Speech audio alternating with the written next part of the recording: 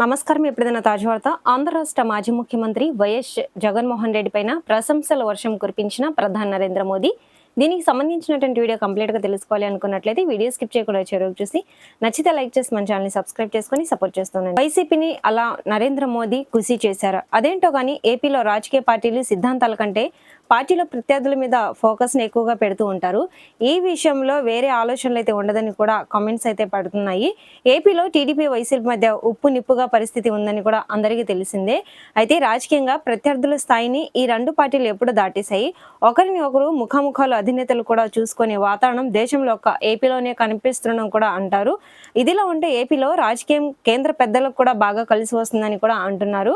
దాంతో ఏపీకి వస్తున్నటువంటి బీజేపీ పెద్దలు నొప్పించగా తనవ్వక అన్నట్లుగా వ్యవహరిస్తూ అందరి దగ్గర కూడా మంచిగా ఉండే తమ రాజకీయ వ్యూహాన్ని అమలు చేస్తున్నారని కూడా అంటున్నారు. ఇక చూస్తే భోగాపురం ఇంటర్నేషనల్ ఎయిర్పోర్ట్ విషయంలో వేదిక మీద వరుసగా కూటమి పెద్దల ప్రసంగాలు గమనిస్తే ఆసక్తికరంగానే ఉన్నాయని కూడా అంటున్నారు.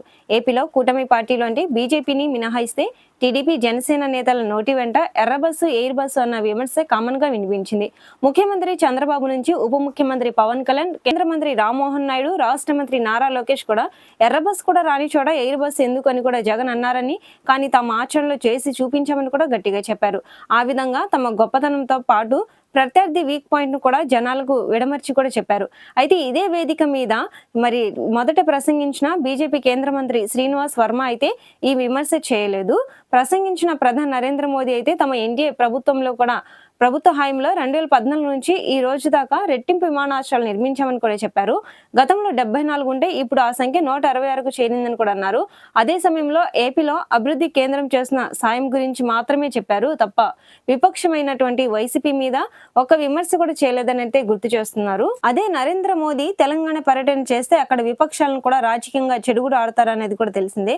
అధికారంలో ఉన్న కాంగ్రెస్, విపక్షంలో ఉన్న బీఆర్ఎస్ ని కూడా తేడా లేకుండా ఆయన గట్టిగా విమర్శిస్తారని కూడా గుర్తు చేస్తున్నారు. కానీ ఏపీలో విపక్షంగా ఉన్నటువంటి వైసీపీ ఉంది. కానీ పైగా 2024 ఎన్నికల్లో కూటమి పోటీ చేసి నెగ్గింది కూడా వైసీపీ మీదనే.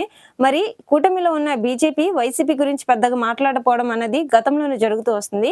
కేంద్ర పెద్దలు కదా రాష్ట్ర రాజకీయాల్లో తలదూచడం అనుకుంటే ఏ రాష్ట్రం వెళ్ళినా కూడా అక్కడి స్థానిక విపక్షాలను అయితే విమర్శించడం మోదీ సహా పెద్దలంతా కూడా చేస్తున్నారు.